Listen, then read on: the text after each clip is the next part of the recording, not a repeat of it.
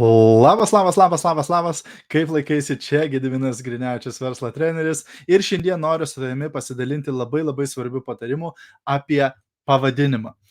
Taigi, jeigu žiūri šio video įrašą, padaryk man paslaugą, parašyk grotelės įrašas į komentarus. Jei esi naujas arba nauja, jeigu pirmą kartą žiūri vieną iš mano video, būčiau labai dėkingas, jeigu parašytum naujas arba naujai komentarus, norėčiau pasakyti tau labas. Na ir žinoma, jeigu gausi šio video naudos arba manai kažkam kitam šis video galėtų būti naudingas, būčiau nepaprastai dėkingas, jeigu pasidalintum šio video ir parašytum į komentarus pasidalinau. Arba gali tiesiog užtaginti, pažymėti savo draugus, komandos narius, kad jie taip pat pamatytų šį video.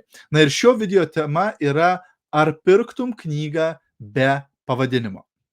Įsivaizduok, ateini į knygyną arba atsidarai vieną iš tų elektroninių knygynų, taip, ir yra knyga, kuri yra be pavadinimo. Tiesiog knyga. Ar pirktum tokią knygą?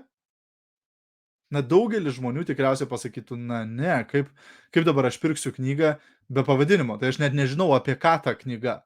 Aš net nežinau, ar tai grožinė literatūra, ar tai saviugdos knyga, ar kažkoks tai romanas, ar kažkoks tai detektyvas, ar panašiai, kaip aš dabar galiu, aš net nežinau, kas tai yra, taip? Būtent. Bet žinot, ką aš pastoviai matau? Žmonės, kurie daro live transliaciją be pavadinimo. Arba įkelia kažkokį video, neužrašė jokio pavadinimo. Tai yra tas pats, kaip parašyti knygą ir ją be pavadinimo išleisti. Daug žmonių nežiūrės to video, nes jie paprasčiausiai nežino apie ką jisai. Galbūt tame video tu kalbi apie grožį, bet galbūt tame video tu kalbi apie automobilių remontą, o gal tame video tu kalbi apie kažkokius necenzūrinius dalykus, apie kažkokius negražius. Aš nežinau, taip, jeigu nėra pavadinimo, aš net nežinau, apie ką tenai eina kalba. Tad aš tikrai negaišiu laiko spausti ir dabar žiūrėti tą video. Galbūt kai kurie žmonės pažiūrės ar panašiai, nes jie tiesiog tave pažįsta, tavo draugai, ir jie galbūt viską žiūrės, taip? Bet jeigu tavo tikslas yra suburti kuo didesnį auditoriją, pritraukti kuo daugiau žmonių, sudominti kuo daugiau žmonių, tada turi uždėti pavadinimą. Ir ne bet kokį pavadinimą, taip? Vėlgi, jeigu tavo live transliacijos pavadinimas pabendraujam, arba paplepėkim, arba dar kažką, taip? Vėlgi, tavo ten atkakliausi fanai žiūrės turbūt ir tokį video. Bet žmogus, kuris galbūt dar nėra tavo fanas, pasižiūrės, paplepėkim, pabendraukim, neturiu tam laiko, taip?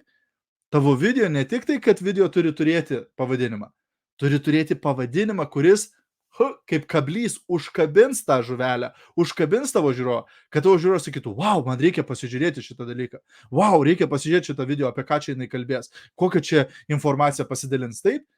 Geriausiai, kad tavo video suintriguotų, geriausiai, kad tavo video sužadintų smalsumą, geriausiai, kad tavo video sukeltų kažkokią galbūt net kontroversiją ar šokiruotų žmogų, taip? Wow, ką jinai čia pasakys, o, čia įdomu, reikia pasižiūrėti, taip?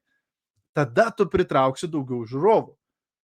Atrodo labai nedidelės smulkmenos, bet iš tų smulkmenų susidaro rezultatas, taip? Jeigu tavo video be pavadinimo, tas, anas, trečias, ketvirtas, taip, jeigu tam tikrų dalykų nepadarai ir tada negauni norimo rezultato, taip? Tad labai svarbu.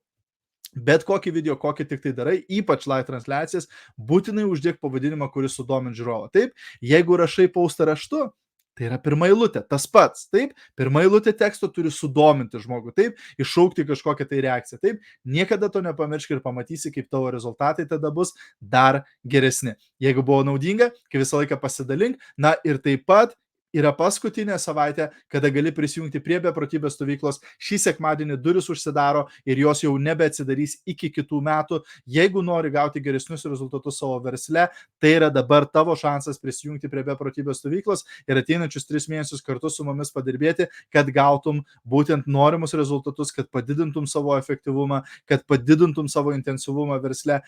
Tie žmonės, kas dalyvauja beprotybės stovykloje, visą laiką padaro daugiau veiksmų negu tie, kurie nedalyvauja, ir tokiu būdu dažnai gauna kur kas geresnius rezultatus. Spausk nuorodą šio video aprašyme, ten rasi visą informaciją ir pasimatysime jau beprotybės stovyklos viduje. Iki, čiau, viso.